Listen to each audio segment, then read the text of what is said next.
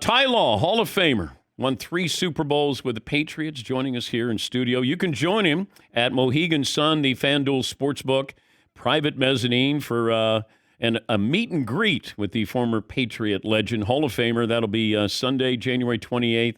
How about that?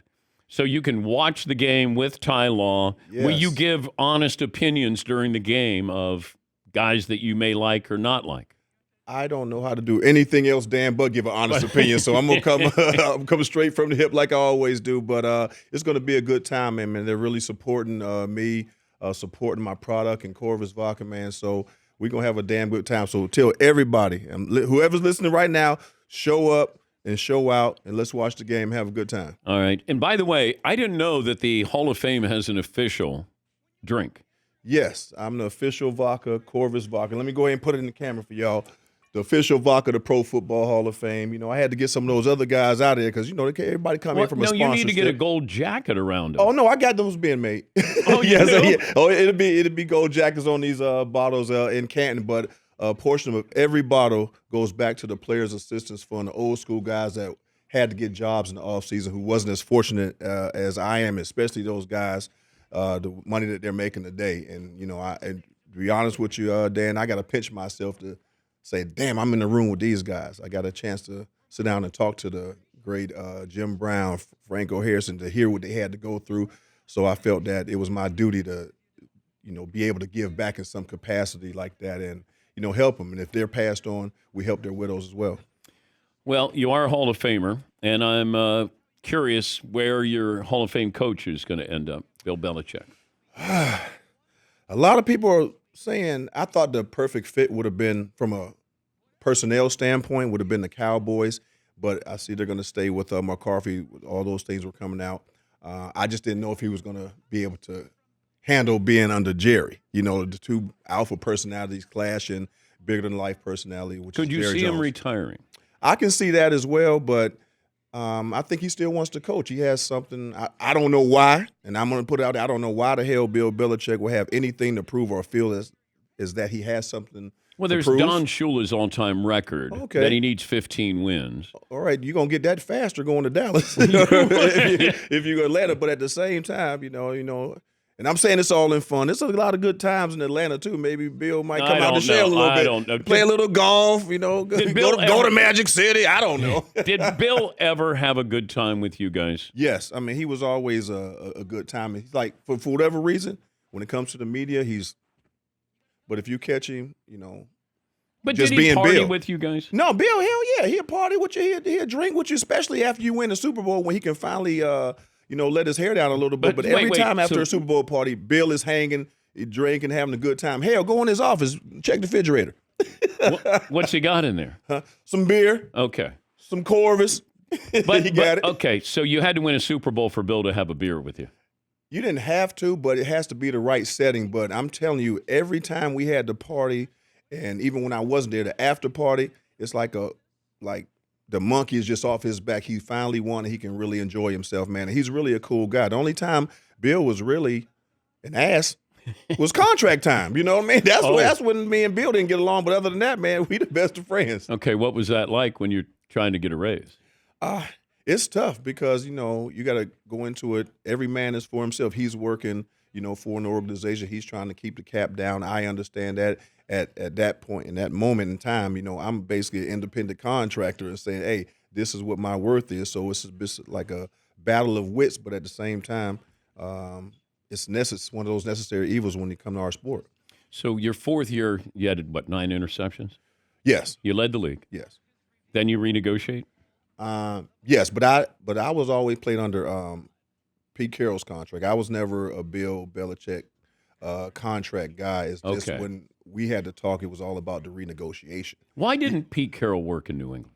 I don't know. Pete was awesome to me. You know, I mean, hell, he made me the highest paid corner in football. So he's always going to have a special place in my heart. But I think his personality didn't mix with the New England culture for whatever reason. You know, around there, he was more, you know, energetic, more happy-go-lucky. Coming from a Coach Parcells to a Pete Carroll, it is a different personality. You know what I mean? And I liked it. A lot of guys didn't.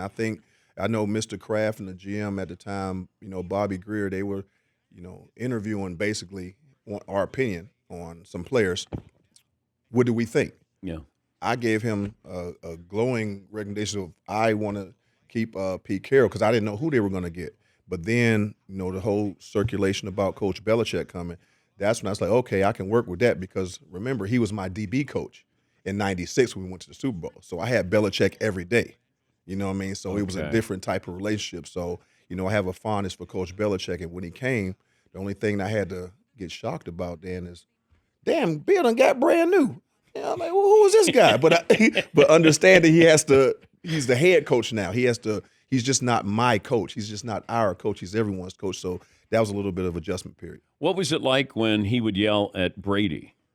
The same as everybody else. I mean, he did not hold back. And, if you talking about low lights, and it was one of the highlights of the day for me of the week, as long as I wasn't on him, because you talking about hilarious. I mean, it was comical because he would go on there and just give you his one-liners. He didn't care who it was. Well, like it's a roast. It is a roast. You know what I mean? And the eye in the sky don't lie. So you always want to go out there and put on a good performance. And Bill Belichick is going to call you out. And Tom Brady was definitely not off limits. Well, that also sends a really good message to the rest of the team. When Brady's not off limits, that Bill is willing to criticize him the way he would criticize a rookie. Exactly. And that created, that culture that everyone was held accountable, even Tom Brady. And I think Tom Brady wouldn't have wanted it any other way. That's how we all grew up. That's how we all learned to be champions and protect one another. And we held each other accountable as well because if you didn't perform, you didn't have to wait for Coach Belichick to come in. We would do it ourselves. We police each other. We're talking to Ty Law, the Hall of Famer, won 3 Super Bowls with the Patriots. You were at Michigan. Mm-hmm. Were you a freshman when the Fab Five was there? Yes, I was a freshman. They was actually sophomores, so I came in the year after those guys, and good friends of mine. It was an incredible atmosphere because everyone knows that the University of Michigan is a football-driven type of school. Mm-hmm. The Fab Five, they changed that narrative. They were just as important, if not more important, and the football at the time. Of course, not from a revenue standpoint. I mean, it's like, you got 100,000 people in there, but it's just known for that. But they really changed the culture when it comes to the basketball at Michigan. Not that they didn't have success before, but it was just like a phenomenon to have 5 freshmen come in and do what they did and impact the school like they have. They had everybody at the games. We went to games, but when the Fab Five, we're going to games. 5-5 leave, we go every now and again. Jim Harbaugh's future. Is it at Michigan? You may hope it's at Michigan, yes. but let's be honest. What do you think Jim is going to do? I think he's going to take his time. I would like to see him. My son goes to the University of Michigan, by the way, and he's a sophomore there. And what he's done, he can't go any higher. I would love for him to come back and do a Nick Saban type of thing and keep Michigan and continue to do so. But with the NILs and people basically got to recruit and basically offer more money, damn near what they're getting in the pros. You know what I mean? It's going to be hard. And I think talking to a lot of coaches from college and the difference between the pros is that you have an off season. You don't have an off season. So if Jim can name his price and go where he wants to go when he doesn't have to recruit, I think he's going to, just in my opinion, I think he's going to listen to it. Do I want him to leave? Absolutely not, because, he's done something special. But do you think he'll leave? If the right opportunity comes, I think he will, just because of everything I just mentioned. You have taken the team to the national championship, the first time ever in the great tradition of Michigan football go undefeated. You can't go nowhere but down unless you do it again. So I just think, the right situation, he's probably going to take advantage of that and not have to recruit. Would you rather face Lamar Jackson or Patrick Mahomes? Ooh. You know what? That's a tough one right there because I would say Patrick Mahomes. I would probably rather face Patrick Mahomes from a defensive back standpoint because, he's looking to throw it first. Not that Lamar doesn't, but Lamar, he can beat you with them legs. And I remember the first time that we ever experienced something like that playing against Michael Vick in Atlanta. And you can have your receiver covered. Next thing you know, this dart comes out of nowhere, and now you got to go chase. Now you're chasing this receiver. Now I got to go chase somebody as a quarterback that's just as fast or not faster than the receiver. I was never more tired in the game in my life, so I think I'll take Patrick Mahomes and take my chances of covering his receivers and let him trying to stick the ball in there and have to worry about covering and looking back and seeing Lamar Jackson running at me. Okay. Explain Michael Vick to those who never got to see him play. Michael Vick was Lamar Jackson, Patrick Mahomes, who else runs the ball? Cam Newton, Stevie, all packaged in one. He was the first one that can really run, and it was such a shock to He see. probably could have He been was a unicorn. tailback. He could have been a tailback, and he was fast. He was quick, explosive. So Michael Vick was a one-of-a-kind man, and like I said, when he came in, and he replaced Chandler, because I mean we were kicking their ass, right? But when he came in, he almost brought him back. And we were tired. That's we a like, what is different this? level It's of a- athleticism. different, Chris Chandler exactly. to Michael Vick. Right. Like they sat him down, brought Mike in. We was like, oh my God, please. We glad the game is almost over because we don't want to play this guy all game. You got a grudge against anybody still after No. you dislike somebody? No, it's no one that I dislike because, when we're out there playing, I'm not friends with nobody. I'm not trying to. But like Hines Ward, if he No, man, Hines Ward. I mean, me and Hines are good. You know what I mean. But on the field, we were competitors. You know what I mean. They got this one famous shot that people love to show me where Hines Ward, he got me up and face mask and all that stuff. But they don't ever show the end of the play. So the caption is like he's giving me the stuff. But if you look at the end of the play. Yeah, damn near put him in the Gatorade, but you don't catch that one. But no, Hines he's a great he's a friend, a great competitor, and I hope to see him in the Hall of Fame one day. He should be in the Pro Football Hall of Fame. Hines Ward, absolutely. What's the Tom Brady story you tell to your kids or your grandkids? Well, one of my favorite. It's a lot of stuff that I can't say because we're on the Dan Patrick show. I don't want to get why you. Can't you? I don't say want. it? I don't want to get you fined. I don't care. I can't get fined. Okay, but I won't do that to you, Dan. What- I mean, something you got to keep. is it personal. just the language? Yeah, language and all that good stuff. I mean, we were young, we were winning, but Tom Brady, I would Was say Tom a Hall of Famer off the field when he was playing? this. Check his roster. Hell yeah, he was a Hall of Famer.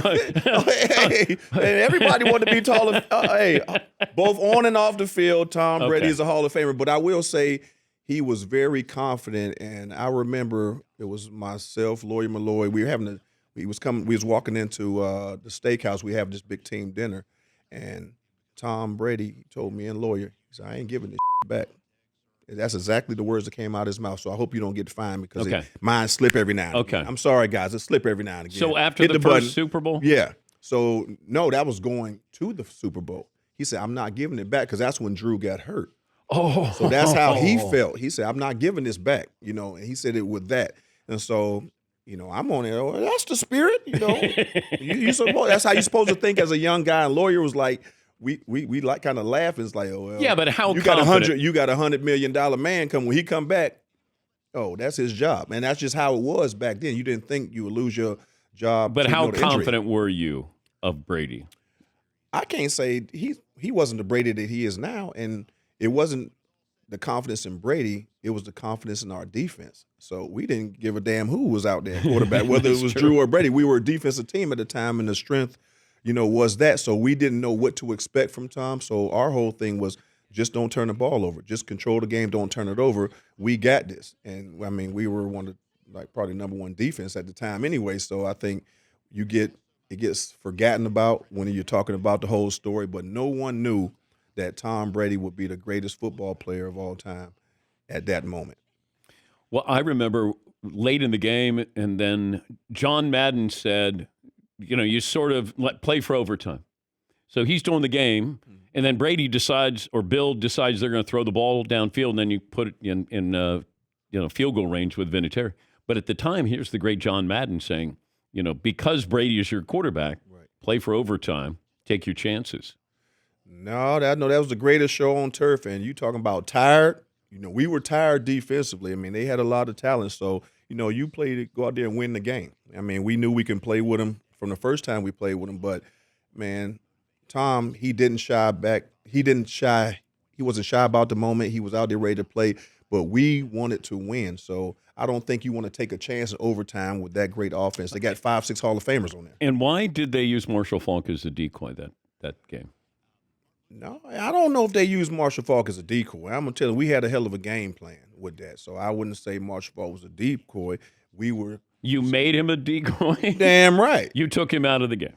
Absolutely. It was somebody on Marshall Faulk during the whole week of practice, and anybody that on that team can contest and back me up that we had a number 28 jersey. Usually had a quarterback jersey. We had a number 28 jersey, somebody in red, and we had the practice squad guys rotating because they were getting hit. They were basically the only ones that was live, in practices. So somebody hit Marshall Faulk every single play that they could, no matter where he was at. So we basically had a spy on Marshall Faulk.